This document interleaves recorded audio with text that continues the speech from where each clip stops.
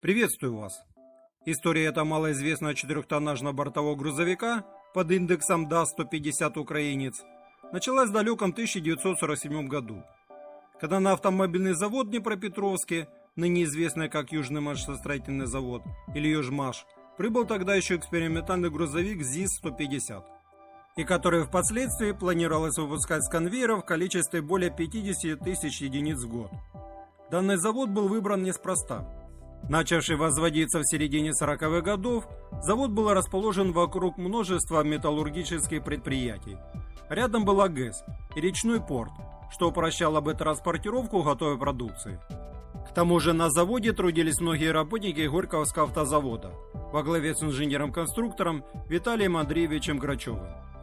Период послевоенного восстановления требовал огромного количества различной техники, особенно грузовых среднетоннажных автомобилей.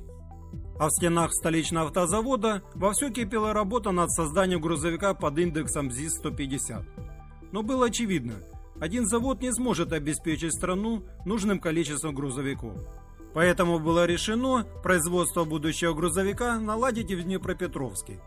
И вскоре на ДАЗ в качестве наглядного образца прибыл и первый опытный грузовик. Но опытный ЗИС был еще сырой, так как имел ненадежную трансмиссию, ходовую часть и устаревший дизайн, и требовал дальнейшей доработки. То по личной инициативе Грачева, не дожидаясь ответа и утверждения сверху, было решено конструкторском бюро завода автомобиль доработать, от чего модернизированная машина кардинально отличалась от исходного ЗИС-150. Грузовик ДАЗ получил новый капот аллигаторного типа и созданные полностью с нуля передние крылья, иную облицовку радиатора и утопленные в переднюю плоскость крыла фары, головного света и подфарники. А саму кабину сдвинули вперед и чуть подняли вверх, благодаря чему улучшилась обзорность. Значительные изменения коснулись и технической части. Колесную базу сделали короче, сохранив при этом габариты грузовой платформы. Это позволило установить карданный вал без подвесного подшипника. Также важным отличием от московского собрата было наличие гидравлических амортизаторов на передней оси, модернизированной тормозной системы и сцепления с необычной педалью, состоящую из двух половинок, огибающих рулевой вал. Балку заднего моста сделали не литой, как это было принято, а штампованной с применением сварки. Бензиновый шестицилиндровый силовой агрегат ЗИС-120, как и пятиступенчатая коробка передач, осталась прежней. Были этой модернизации свои минусы, но в основном они были связаны со сложным доступом к двигателю. Проведенные испытания ДАЗ-150 «Украинец», которые прошли в 1948-49 годах совместно с нами, были признаны успешными.